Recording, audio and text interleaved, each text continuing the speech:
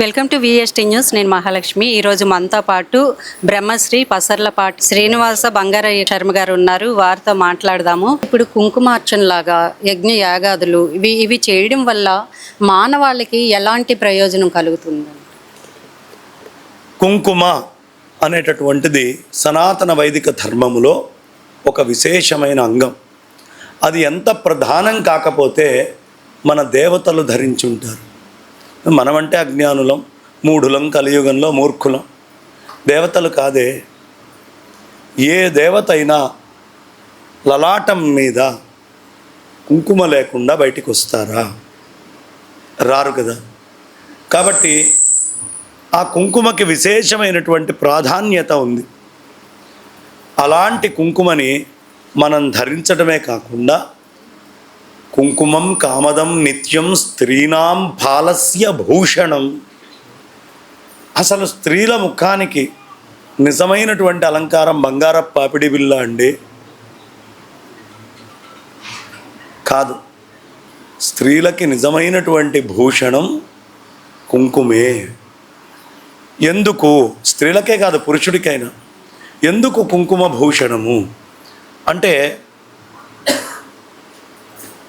మనందరికీ కూడా ఎవరైనా మీరు వైజాగ్లో చాలా ప్రత్యేకమైనటువంటి ఆసుపత్రులు ఉన్నాయి. స్కిజోఫర్నిక్స్ అని వాళ్ళని ట్రీట్ చేస్తారు. చేసేటప్పుడు సన్నగా కరెంటు షాకులు ఇస్తారు. ఎందుకు ఇస్తున్నారు అని అడిగితే, ఈ మధ్యలో ఒక నరం ఉంటుందండి, ఆ నరం ఇలా కుచించుకుపోతే వాళ్ళ లోపల ఆందోళన వస్తుంది. ఆ నరం కొంచెం ఇలా తెరుచుకుంటే ఆందోళన తగ్గుతుంది. ఇది చెప్తారు వాళ్ళు. కాబట్టి ఈ నరానికి ఏదో సంబంధం ఉంది మన మానసికమైనటువంటి పరిపక్వతకి. ఇప్పుడు కరెంటు దాకా వెళ్ళాల్సిన పని రాకూడదు అంటే కుంకుమ పెట్టుకోవాలి. ఎందుకు అంటే, ఈ కుంకుమ రెడ్ కలర్, ఎరుపు రంగు. రాత్రిపూట విమానాలకి వాటికి దేనికైనా మనం దారి చూపించాలంటే ఏ రంగు పెట్టుకుంటారమ్మా? దూరానికి కనిపించాలి అంటే ఎరుపు. ఎందుకు పెట్టుకుంటారు అంటే, ఏమాత్రం లైట్ ఉన్నా అది అబ్జర్వ్ చేస్తుంది. ఆ వెలుగు కాంతి కిరణాన్ని వెంటనే అది అబ్జర్వ్ చేస్తుంది. కాబట్టి ఎరుపుకి ప్రాధాన్యత ఇస్తారు. ఈ ఎరుపు రంగుని గనక ఇక్కడ మనం ధరిస్తే అదేం చేస్తుంది? సూర్యుడి యొక్క కాంతిలో విశేషమైన ఒక కాంతి కిరణాన్ని గుంజుకొని అది లోపలికి తీసుకొని వెళ్ళి ఆ కిరణము లోపల ఉన్నటువంటి ఇడా, పింగళ, సుషుమ్న అనే 3 నాడులు కలిసేటటువంటి ఈ ప్రదేశాన్ని మనోమయ చక్రం అంటారు. ఆజ్ఞా చక్రము, మనోమయ చక్రం, మనస్సుకి సంబంధించినటువంటి చక్రం ఇక్కడ ఉంది అని ఇవాళ సైంటిస్టులు చెప్పడం కాదు. వేల సంవత్సరాల క్రితం మనస్సుకి సంబంధించినటువంటి చక్రం ఇక్కడ ఉంది, దాన్ని మనోమయ చక్రము అంటారు అని మన పెద్దలు చెప్పారు. కాబట్టి ఈ మనోమయ చక్రాన్ని ఎప్పుడైతే మనం ఈ కుంకుమ పెట్టామో సూర్యుడి యొక్క వెలుగుని గుంజుకుంటుంది. అమ్మ, ఎప్పుడైనా గుర్తుంచుకోండి, శక్తి ఒకటేలాగా ఎప్పుడు ఉండదు. రూపాంకురం చెందుతూ ఉంటుంది. రూపాంకురం చెందకపోతే అది శక్తి కాదు. ఇది సైన్స్ చెప్తున్నటువంటి మాటే. Energy transfers from one state to another అని చెప్తారు. ఇప్పుడు ఈ బొట్టు మనం ఇక్కడ పెట్టుకున్నప్పుడు సూర్యనారాయణమూర్తి కిరణం వచ్చి లైట్ ఎనర్జీని అబ్జార్బ్ చేసింది. లైట్ ఎనర్జీ హీట్ ఎనర్జీ కింద మారుతుంది. లైట్ ఎనర్జీ ఎప్పుడైనా హీట్ ఎనర్జీ కింద మారుతుంది. ఆ హీట్ ఎనర్జీ వల్ల ఈ మనోమయ చక్రంలో ఉన్నటువంటి నాడి బాగా విస్తృతమవుతుంది. ఇప్పుడు అమ్మ ఎక్కడ ఉంది అంటే, మనలోనే ఆజ్ఞాచక్రంలో ఉంది. కానీ మనకి తెలుసా? తెలియదు. కాబట్టి ఈ అమ్మని ఎప్పుడూ కుంకుమతోటి అర్చించాలి. అమ్మవారు ఇక్కడ ఉందండి, విష్ణుమూర్తితో పాటు లక్ష్మీ అమ్మవారు ఇక్కడ ఉంది.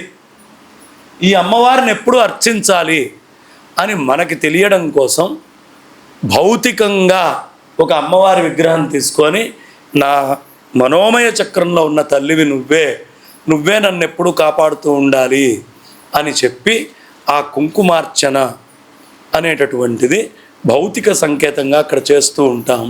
ఇక్కడ బొట్టు పెట్టుకోవడం కూడా అమ్మవారిని అర్చించడమే. నా మొహాన బొట్టు మీ మొహాన కాదు పెట్టుకుండేది. అక్కడ లక్ష్మీ అమ్మవారి కోసం బొట్టు పెడుతున్నారు. ఆ లక్ష్మి మీకు నాకే కాదు, దేవతలకు కూడా అక్కడే వసిస్తుంది. అందుకని బొట్టు అక్కడ పెడతాం. ఒక్క ఆవుకి మాత్రము పృష్ఠభాగంలో వసిస్తుంది లక్ష్మి. అందుకని ఆవుకి మాత్రమే పృష్ఠభాగంలో బొట్టు పెట్టి పూజ చేస్తాం. ఎందుకు బొట్టు పెడుతున్నాం అంటే అక్కడ ఉంది చక్రం. ఆవుకి మనోమయ చక్రం ఎక్కడ ఉంది?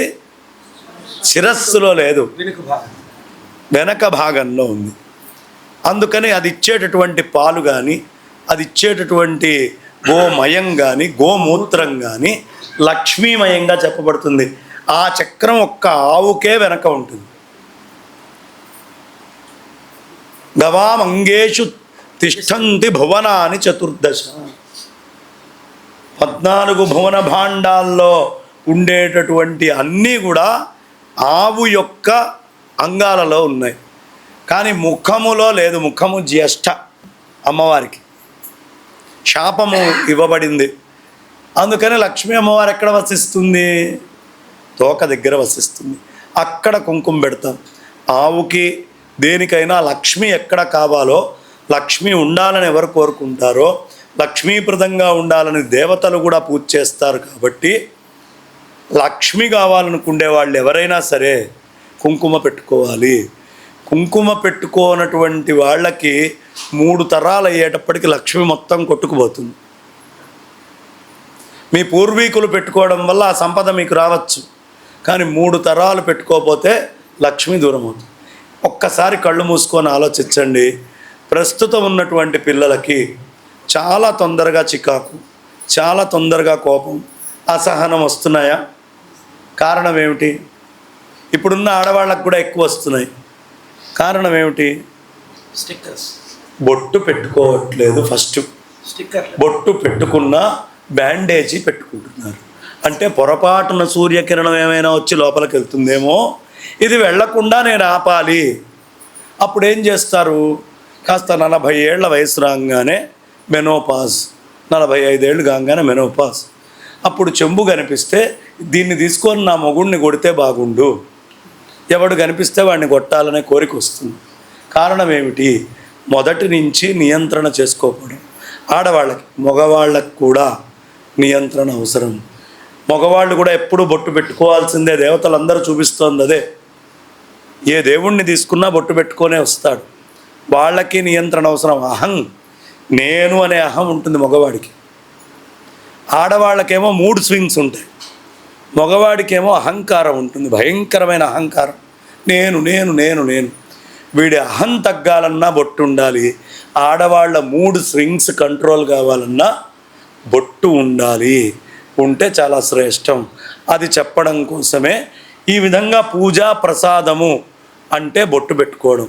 మన ఇంటికి ఎవరైనా వచ్చారు, అబ్బా లక్ష్మీదేవి వచ్చింది అని బొట్టు పెడుతున్నామా పెట్టట్లేదా? అంటే లక్ష్మీ అమ్మవారు ఎక్కడుంది? ఆవిడికి కుంకుమార్చన చేస్తున్నాం. బొట్టు పెట్టడం అంటే, సాటి ఆడవాళ్ళకి బొట్టు పెట్టడం అంటే కుంకుమార్చన. కుంకుమార్చన అంటే ఒక విగ్రహం పెట్టి బొట్టు పెట్టడం ఒకటే కుంకుమార్చన కాదు. మన ఇంటికి వచ్చినటువంటి వాళ్ళు బొట్టు పెట్టడము అంటే లక్ష్మీవ్రతం. నువ్వు లక్ష్మిని అర్చించావు మీ ఇంటికి వచ్చినప్పుడు, నీ ఇంట్లో లక్ష్మి ఉంటుంది. అబ్బే మా అమ్మాయి పెట్టుకోదండి, ఎప్పటికీ నష్టం లేదు. ఆ ఇంట లక్ష్మి నిలవదు. కాబట్టి అందుకని ఈ కుంకుమార్చనలు ఇవి చేస్తారమ్మా. చాలా చక్కటి ప్రశ్నలు అడిగావు.